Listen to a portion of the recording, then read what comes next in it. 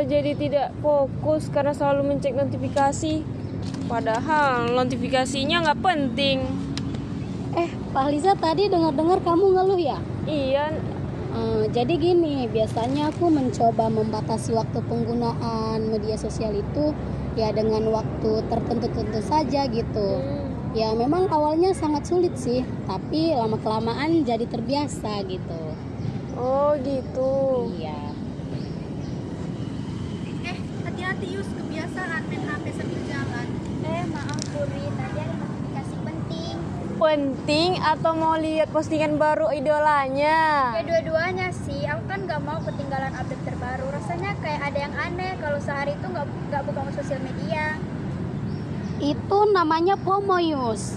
Kamu merasa harus selalu terhubung gitu dan tahu semua hal yang terjadi di dunia maya, sedangkan sampai mengabaikan dunia nyata di sekitarmu sendiri gitu. Kalian lagi bahas apa nih? Serius banget. Kami lagi bahas soal ketergantungan main handphone.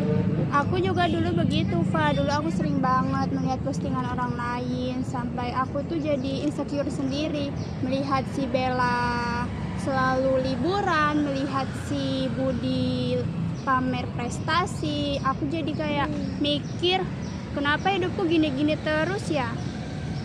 Nah itu di atas, aku juga merasa kayak gitu. Makanya aku nggak mau ketinggalan update terbaru. Rasanya aku selalu pengen tahu tentang keseruan orang lain. Tapi apa benar itu keseruan yang nyata, Yus? Atau cuma ilusi yang ada di layar saja?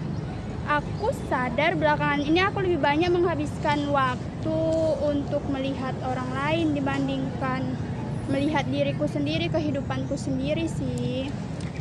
Kamu benar, Tasya. Aku perhatikan kita lebih sering menatap layar ponsel kita daripada interaksi secara langsung. Coba, kapan terakhir kali kita ngobrol tanpa benar-benar megang HP? Nah, kamu benar Puri. Aku sendiri juga jadi merasa kurang fokus dalam saat belajar karena sering kali tergoda untuk mengecek HP padahal itu notifikasi yang nggak perlu gitu. Aku juga mau nyoba deh nih. Kadang aku sadar waktuku itu banyak terbuang hanya untuk scroll sosial media yang gak ada tujuannya. Tapi godaannya terlalu berat. Aku belakangan ini belajar bahwa batasan itu penting. Aku mencoba mematikan notifikasi HP yang tidak terlalu penting atau meletakkan handphone jauh ketika aku sedang fokus ujian atau lagi berkumpul dengan kalian. Awalnya memang sulit sih, tapi lama-kelamaan jadi tenang sekarang. Bagus kalau kalian sudah mulai menyadarinya.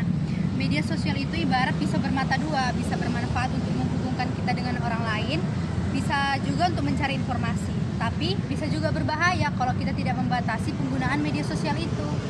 Oh, jadi kita memang perlu batasi ya dan sadar atas penggunaan media sosial. Itu dia Pak Liza, itu sangat perlu. Karena kita perlu menentukan kapan kita boleh menggunakan media sosial dan kapan kita harus fokus pada hal yang lain. Misalnya itu seperti belajar, berinteraksi dengan teman secara langsung atau menikmati waktu kita untuk diri kita sendiri gitu. Gitu. Gimana ya caranya biar gak gampang tergoda? Coba cari kegiatan lain yang lebih menarik di dunia nyata ini, seperti kita bisa lebih sering ngobrol langsung atau belajar bareng tanpa gangguan handphone, ataupun kita bisa melakukan hobi yang kita sukai. Aku akan coba mengubah jadwal penggunaan handphone atau media sosial seperti Sadiani deh, supaya aku lebih disiplin lagi.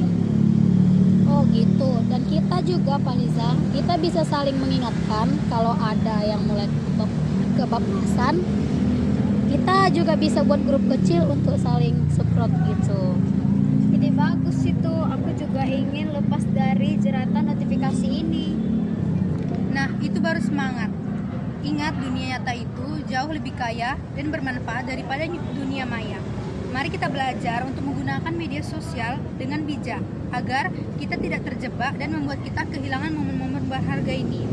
Jadi, mari kita boleh aktif di media sosial, tapi hati dan pikiran kita harus tetap terhubung di lingkungan sekitar kita.